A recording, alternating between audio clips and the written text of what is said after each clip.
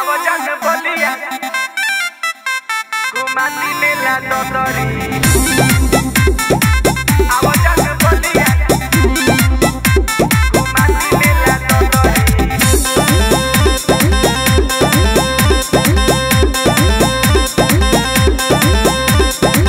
झूठे हो फोड़ बने झांसा में प्यार को कतहरा से घाटा में सुना झूठे हो फोड़ बने झांसा में प्यार को कतहरा से घाटा में वादा तो कोई न कहे घुमैला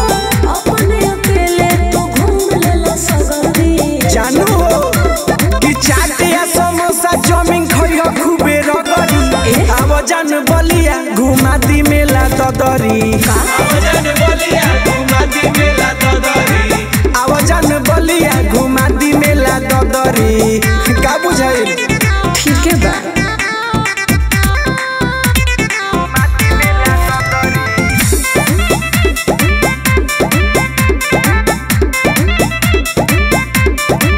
तोहर बतिया लगे झूठ नाही होला भरोसा जल्दी आएब तोहरा गोरी तद देबा हमके धोखा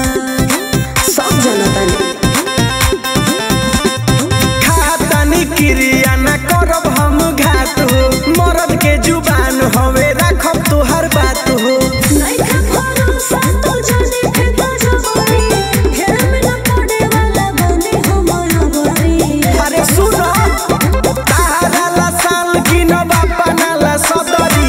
आवाजन बलिया घुमाती मेला ददरी नाना आवाजन बलिया घुमाती मेला ददरी आवाजन बलिया घुमाती मेला ददरी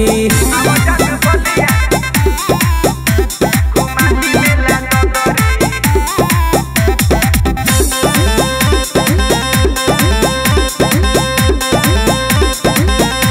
कि ठीक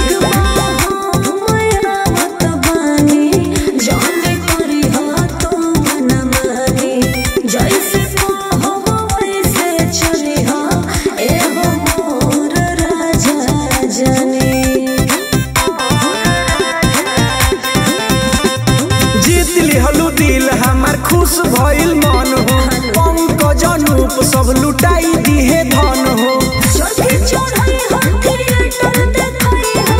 गिनता के हो नमकीन वाला पपड़ी लव यू मेरी जान देखी ह तू सरकस बजई ह खूबे थपड़ी आवाजन बलिया घुमाती मेला ददरी